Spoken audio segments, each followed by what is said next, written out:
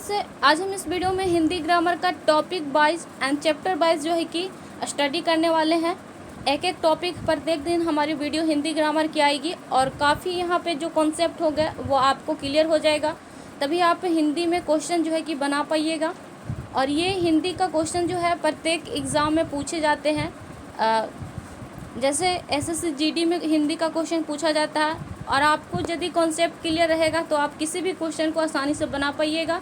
बिहार अमीन में पूछा जाएगा, उसके बाद बिहार पुलिस में हिंदी पूछा जाता है और बिहार SI BPSC। तो जितने भी हिंदी का एग्ज़ाम में अगर हिंदी से प्रश्न आते हैं तो आपको यहाँ से कॉन्सेप्ट क्लियर हो जाएगा। और हम प्रत्येक चैप्टर का जो है कि एक एग्ज़ाम्पल भी करवाएंगे, क्वेश्चन भी करवाएंगे, जो एग्ज़ाम में पूछे हुए क्वेश्चन है वो भी करवाएंगे और साथ में हम एक्स्ट्रा फैक्ट को कवर करेंगे और प्रत्येक को कॉन्सेप्ट के साथ हम पढ़ेंगे। तो चलिए हम डिस्कस कर देते हैं। और इससे पहले छोटा सा रिक्वेस्ट है, अगर चैनल पर नए हैं या चैनल को अब तक सब्सक्राइब नहीं किए हैं तो चैनल को सब्सक्राइब कर दीजिएगा और बेल आइकन को प्रेस कर दीजिएगा, ताकि मैं ऐसे ही वीडियो अपलोड करूँ तो उसकी नोटिफिकेशन जो है आप तक पहुँचेगी और आप किसी भी वीडियो को जो है कि मिस नहीं कर पाइएगा। तो यहाँ पे सबसे पहले मैं चैप्टर को डिस्कस कर लेती हूँ, कौन कौन से टॉपिक जो हैं, कौन कौन से चैप्टर पढ़ने हैं जो इम्पोर्टेंट है, तो वो मैं पहले डिस्कस कर देती हूँ। उसके बाद जो है कि एक एक चैप्टर करके डिस्कस करूँगी, डिटेल में हम पढ़ाएंगे और उसके बाद जो है कि क्वेश्चन आंसर भी हम टेस्ट लगाएंगे। तो देख पा रहे हैं यहाँ पे वर्णमाला पढ़ने वाले हैं, उसके बाद अलंकार पढ़ेंगे, फिर हम शब्द रचना पढ़ेंगे, वाक्य रचना को पढ़ेंगे, भाषा और बोलियाँ जो कि एग्ज़ाम में पूछे जाते हैं, समास पढ़ेंगे, संधि, लिंग, कारक, सर्वनाम, रस, विशेषण, संज्ञा, परवाची शब्द, प्रत्यय, उपसर्ग, अनेक शब्दों के लिए एक शब्द, विलोम शब्द, क्रिया, वाक् दोष, वचन, काल, मुहावरा। तो ये जो है कि अक्सर एग्ज़ाम में इम्पोर्टेंट इससे प्रश्न बनते हैं जो हमने सेलेक्टेड लिए हैं, और भी जो है कि हिंदी व्याकरण में पढ़ने होते हैं और बाद में मैं उसका भी करवा दूंगी। तो सबसे पहले हम चैप्टर वाइज इसका पहले जो इम्पोर्टेंट है उसको डिस्कस कर लेते हैं। तो आज हम पढ़ने वाले हैं अलंकार, जो कि 3 से 4 क्वेश्चन जो है कि अलंकार से पूछे जाते हैं। तो सबसे पहले हम अलंकार पढ़ लेते हैं, उसमें जो है कि वर्णमाला का कवर भी हो जाएगा और वर्णमाला तो सब लोग जानते ही हैं, उसको भी मैं एक वीडियो में कवर कर दूँगी। तो चलिए शुरू करते हैं। यहाँ पर समझने का प्रयास कीजिएगा। अलंकार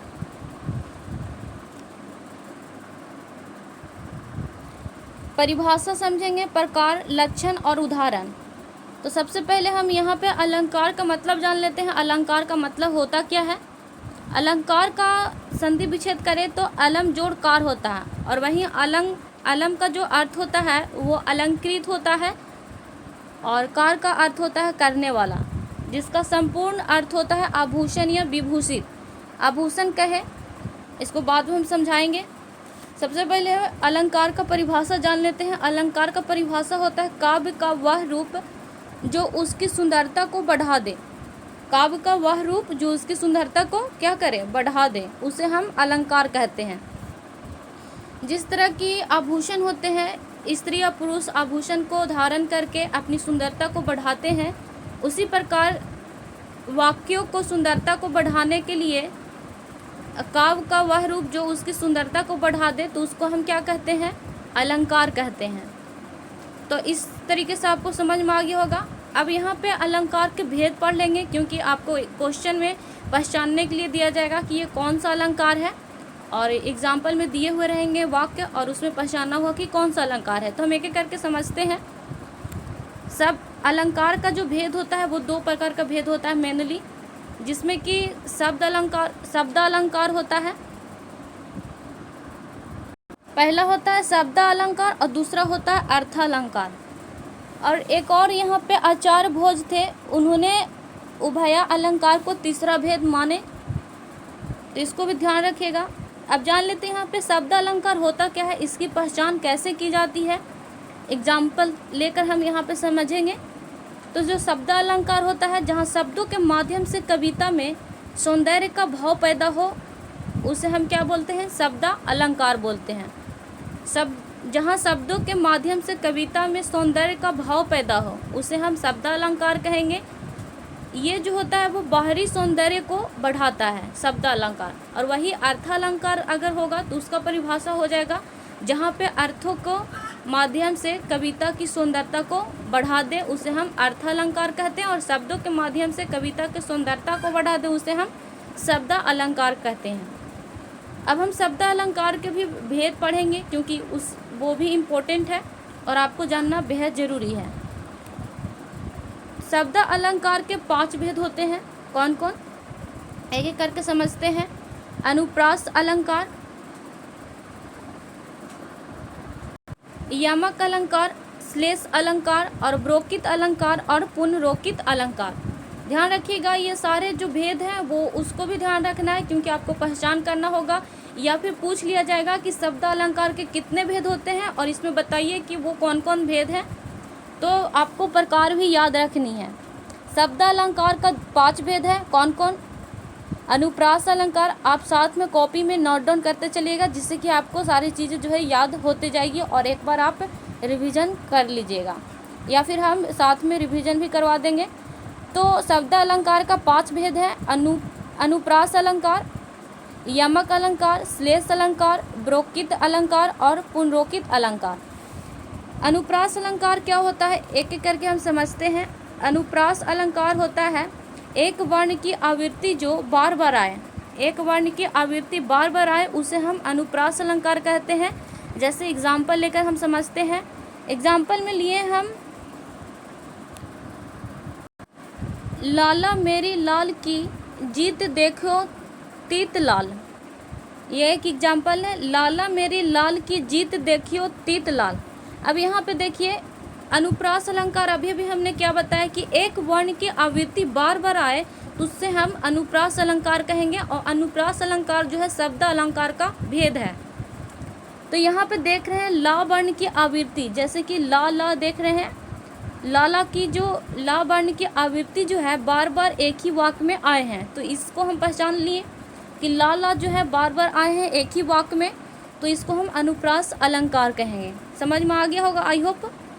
और नेक्स्ट एग्जांपल देखते हैं। शेष महेश दिनेश सुरसहु जाहि निरंतर गौवे। तो यहाँ पे सा का उच्चारण देख रहे हैं, सा वर्ण का बार बार आया है एक ही वाक्य में, तो ये जो हो गया अनुप्रास अलंकार हो गया। तो आप जो है कि इस तरीके से अनुप्रास अलंकार का पहचान कर सकते हैं।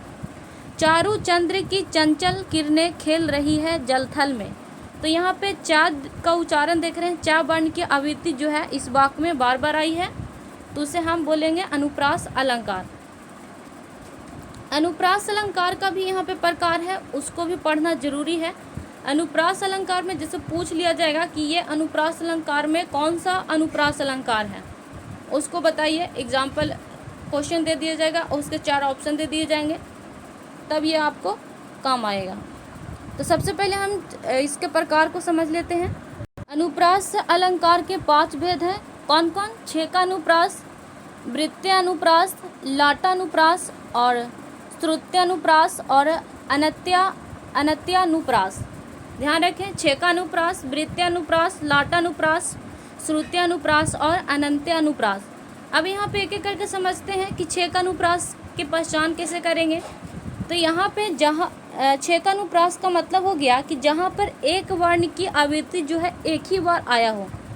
कहने का मीन्स हो गया कि वहाँ पे ला देख रहे थे, तो जो ला वर्ण की आवृत्ति है वहाँ पे एक ही वाक्य में कई बार आया हुआ था। और छेकानुप्रास को अगर पहचान करना है तो इसमें क्या है कि एक वर्ण की आवृत्ति जो है एक ही बार आएगा, तो उसको हम छेकानुप्रास समझेंगे। अब वृत्त्यानुप्रास एग्जाम्पल भी हम साथ में देख लेते हैं। छेकानुप्रास जैसे कि रहीमन रहीला की भली, रहीमन रहीला की भली।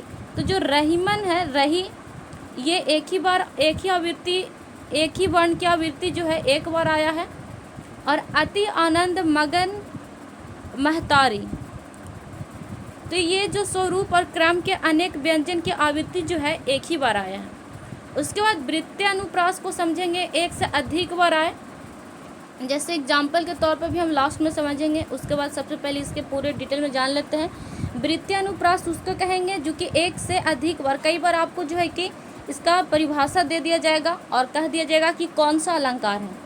तो इसको याद रखना है। छः का अनुप्रास वो होगा जहाँ पर कि एक वर्ण की आवृत्ति जो है एक ही बार आएगा, वो छः का अनुप्रास हो जाएगा। और वृत्तीय अनुप्रास होगा एक से अधिक बार आएगा, तो वृत्तीय अनुप्रास हो जाएगा। लाट अनुप्रास होगा जहाँ पर एक वाक्य दो या दो से अधिक बार आए तथा अनव्य करने का उसका अर्थ जो है बदल जाए, यानी कि जब उसको फिर से समझा जाए तो उसका अर्थ जो है दूसरा निकले, तो ये लाटा अनुप्रास हो जाएगा। श्रुत्य अनुप्रास यानी सुनने में अनुप्रास से अर्थात शब्दों का, यानी कि शब्द कुछ और है और सुनने में वो कुछ और लगे, तो वो श्रुत्य अनुप्रास हो जाएगा। अनत्य अनुप्रास एग्जाम्पल हम जब देंगे तब आपको पूरी चीज़ों जो है कि समझ में आ जाएगा।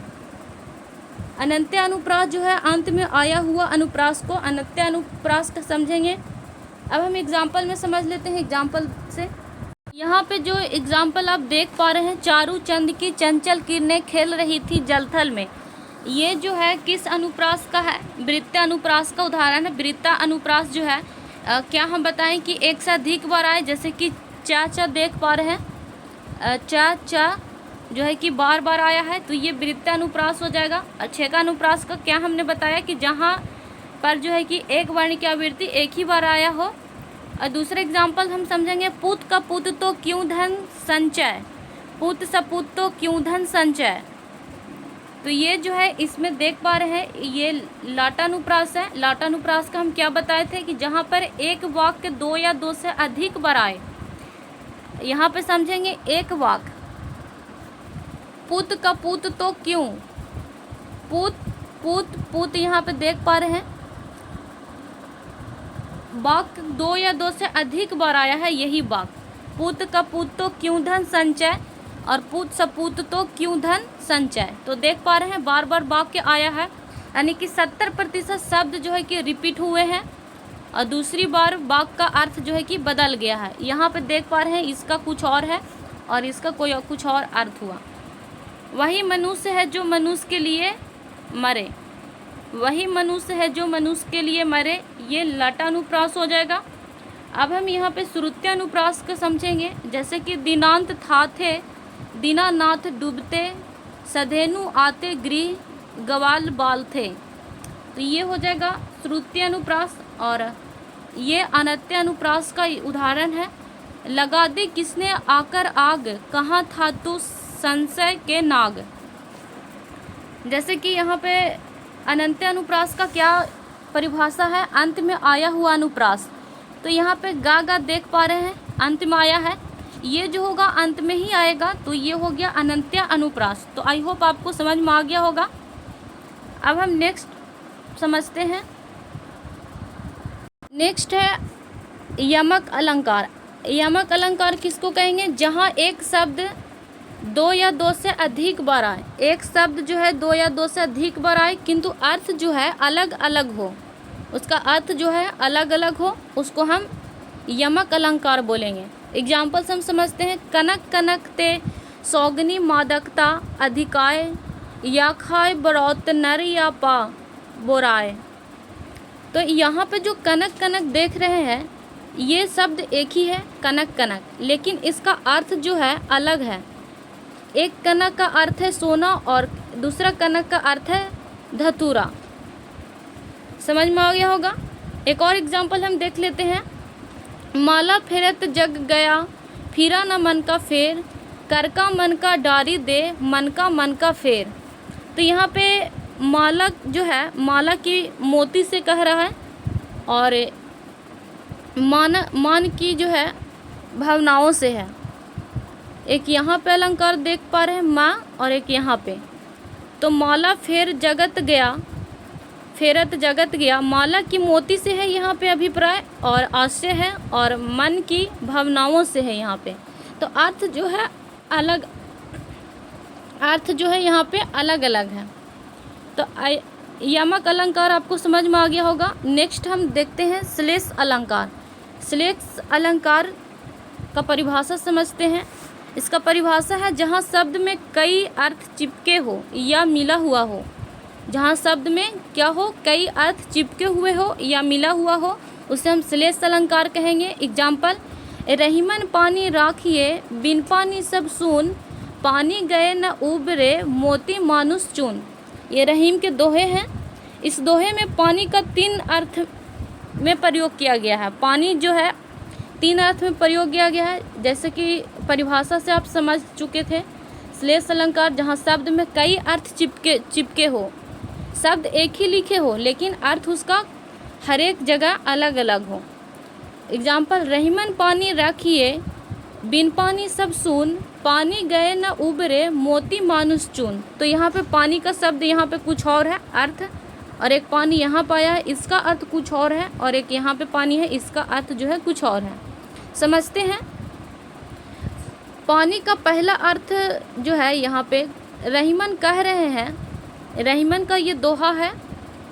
रहीमन कहते हैं कि मनुष्य में हमेशा विनम्रता होनी चाहिए, विनम्रता होनी चाहिए। तो यहाँ जो पानी का अर्थ है वो मनुष्य के संदर्भ से है, मनुष्य के संदर्भ से है। तो पानी का यहाँ पे एक अर्थ तो आपको समझ में आ गया होगा। दूसरा पानी का अर्थ है आभा। आभा कहे तो तेज या चमक से है। रहीमन कह रहे हैं यहाँ पे कि चमक के बिना मोती का कोई जो है मूल नहीं है। तीसरा अर्थ है पानी का, जिसे आटे चून से जोड़कर दर्शाया गया है। और यहाँ पे रहीम का कहना है कि जिस तरह आटे का अस्तित्व जो है पानी के बिना नरम नहीं हो सकता, और मोती का मूल उसी आभा के बिना नहीं हो सकता। यानी कि जैसे कि जब आटा हम लोग गूंथते हैं तो जब तक पानी हम उसमें नहीं डालेंगे तो वो जो है कि नरम नहीं होगा। उसी प्रकार जो है कि मोती में यदि अगर चमक नहीं होगी तो उसका मूल्य कुछ भी नहीं होगा, है ना। तो पानी का यहाँ पे अर्थ जो है तीन जगह पानी का प्रयोग किया गया है, लेकिन अर्थ तीनों जगह क्या है, अलग अलग हैं। पहला अर्थ में है मनुष्य के संदर्भ से, दूसरा अर्थ में है आभा यानी कि तेज या चमक से है, और तीसरा अर्थ में है आटे से है। नेक्स्ट अलंकार है ब्रोकित अलंकार। ब्रोकित अलंकार इसका अर्थ है वक्र उक्ति अर्थात टेढ़ी उक्ति कहने वाली का अर्थ कुछ हो और किंतु सुनने वाले उसे कुछ दूसरा ही अभिप्राय निकाल देता है। जैसे कि आप कुछ और कह रहे हैं और जो सुन रहा है उसका अर्थ कुछ और निकाल लेता है। पहले समझ लेते हैं एग्जाम्पल से, तब आपको समझ में आएगा चीज़ें। बहुत ही प्यारा यहाँ पे उदाहरण है, समझिएगा। उदाहरण है यहाँ पे, द्वार पर को प्रिय हरि, द्वार पर को प्रिय हरि, तरु शाखा जाओ प्रिय मधुसूदन तेरे का काम।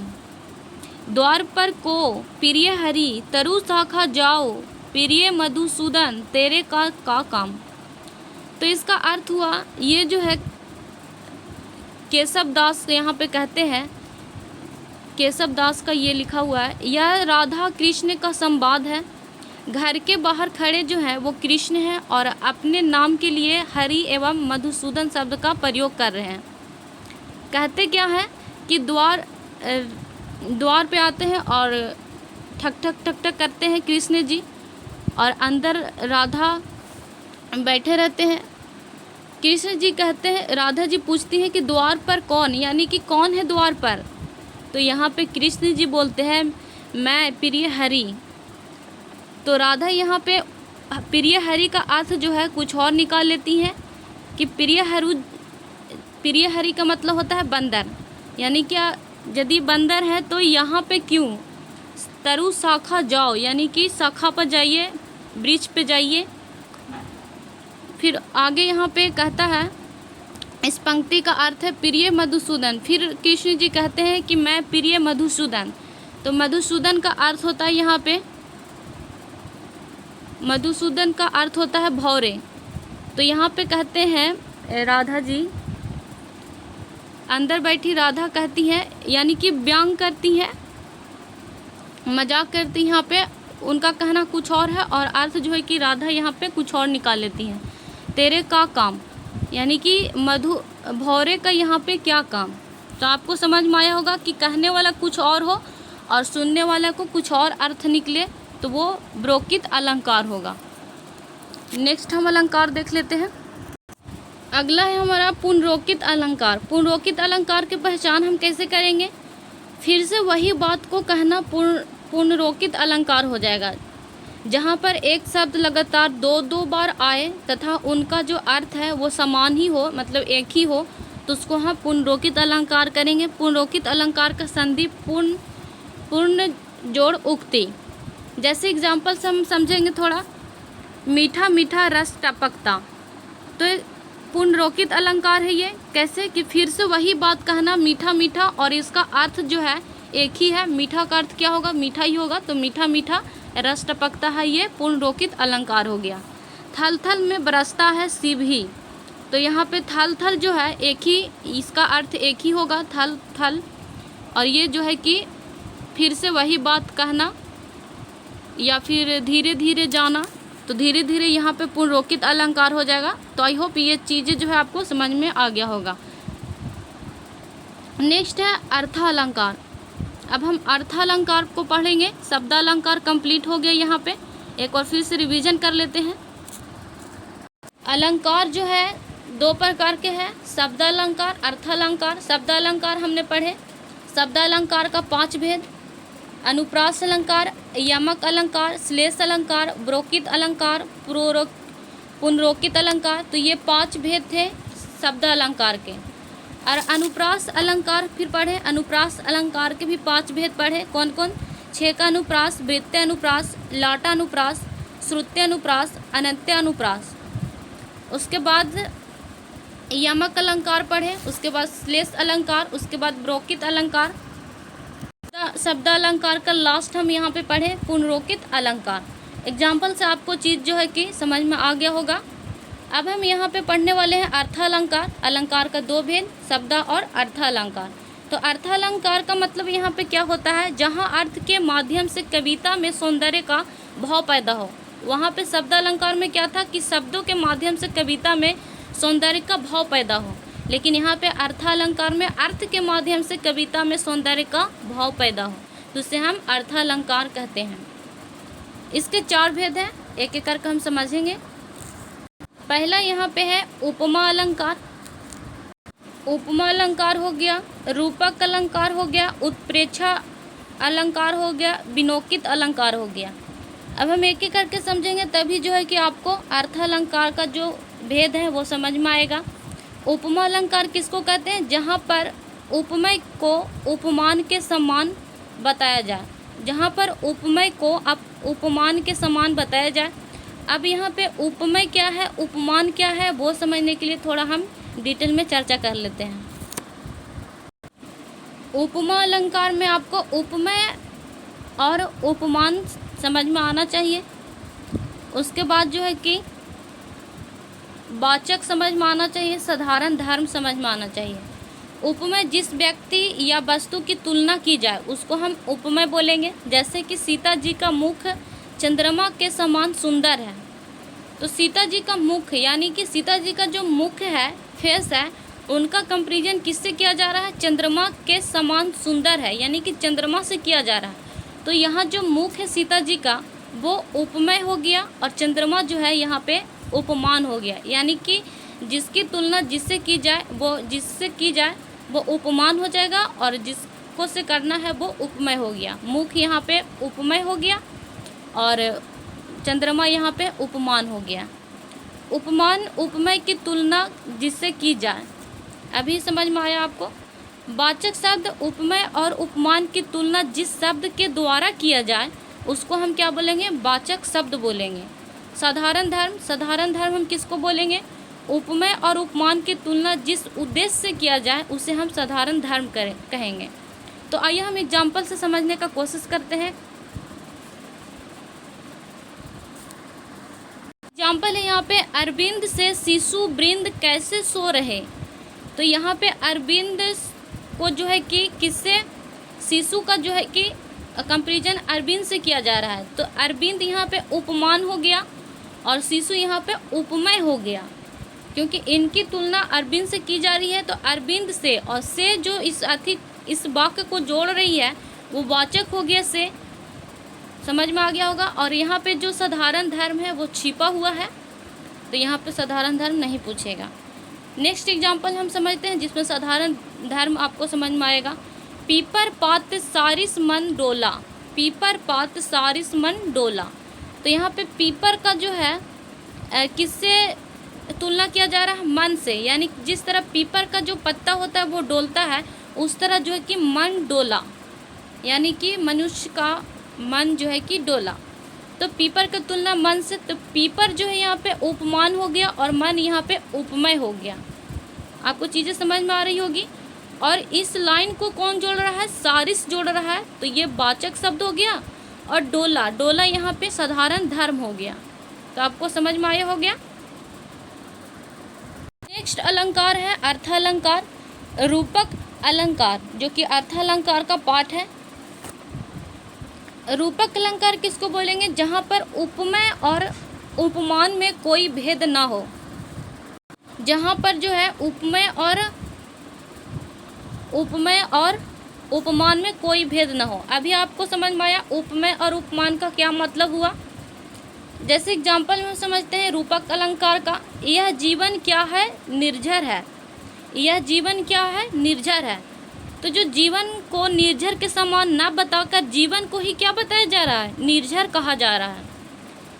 तो अभी उदाहरण एग्जाम्पल परिभाषा से आपको समझ में आया रूपक अलंकार का, जहाँ पर उपमेय और उपमान में कोई भेद ना हो। तो ये एग्जाम्पल जो है, यह जीवन क्या है? निर्झर है। जीवन को निर्झर के समान ना बताकर जीवन को ही क्या कहा जा रहा है? निर्झर कहा जा रहा है। और ये रूपक अलंकार जो है महाकवि तुलसीदास दास को रूपक अलंकार का ये सम्राट है। और जो उपमेय अलंकार है वो कालिदास उनका जो है कि सम्राट है, कालिदास उपमा अलंकार के। तो एक और यहाँ पे एग्जाम्पल हम समझेंगे, बीती बिहारी जागरी अंबर पनघट में डूबो रही तारा घाट उषा नागरी। तो यहाँ पर देख रहे हैं अंबर और पनघट, ये दोनों जो है उपमेय और अपमेय है, लेकिन भेद इसका अलग नहीं है, कोई भेद नहीं है इसका। तो ये यहाँ पे रूपक अलंकार का उदाहरण है। और तारा घाट ये भी रूपक अलंकार यहाँ पे शो कर रहे हैं, और उषा नागरी है ना। उसके बाद नेक्स्ट है हमारा अलंकार अर्थालंकार का प्रकार उत्प्रेक्षा अलंकार। उत्प्रेक्षा अलंकार किसको कहेंगे समझते हैं। जहाँ पर जो है कि उपमेय में उपमान की संभावना, जहाँ पर उपमेय में उपमान की संभावना बताई जाए उसको हम उत्प्रेक्षा अलंकार कहेंगे। क्या कहेंगे? उत्प्रेक्षा अलंकार कहेंगे। जैसे एग्जाम्पल में, थी किस अनंग के धनु की वह शिथिल सिंजनी दुहरी, अलवेली बहुलता था मानो सूर की नव लहरी। तो ये इसका एग्जाम्पल है। नेक्स्ट है अलंकार अर्थालंकार का प्रकार। यहाँ पे इसका परिभाषा है, जहाँ बिना शब्द के द्वारा किसी वस्तु की व्यर्थता बताई जाए। जैसे एग्जाम्पल में, सर बिंदु सरसित सरमिज बिन सर बिनु सर सरसिज बिनु सुरे तन यौवन प्रिय दुरे। तो ये विनोकित अलंकार का उदाहरण है। अर्थालंकार यहाँ पे कंप्लीट होता है, और भी अलंकार यहाँ पे पढ़ने हैं जो कि मैं नेक्स्ट वीडियो में जो है कवर कर दूँगी। जो बहुत ही इम्पोर्टेंट अलंकार है उससे प्रश्न बनते हैं, और यहाँ पे अलंकार से जितने भी इम्पोर्टेंट क्वेश्चन हैं वो हम लेकर आएंगे, और एक एक करके जो है कि बढ़िया से समझेंगे और उसको कॉन्सेप्ट के साथ हम क्लियर करेंगे। ये बेसिक था जो आपको जानना बहुत ज़रूरी था, तभी आपको जो है कि क्वेश्चन समझ में आएगा। जब मैं क्वेश्चन आंसर करवाऊँगी तो आपको समझ में आएगा चीज़ें। तो आई होप आपको वीडियो पसंद आया होगा। पसंद आया तो लाइक करेंगे, शेयर करेंगे, और चैनल को ज़रूर सब्सक्राइब कर लीजिएगा। मिलते हैं नेक्स्ट वीडियो में। Thank you so much watching this video.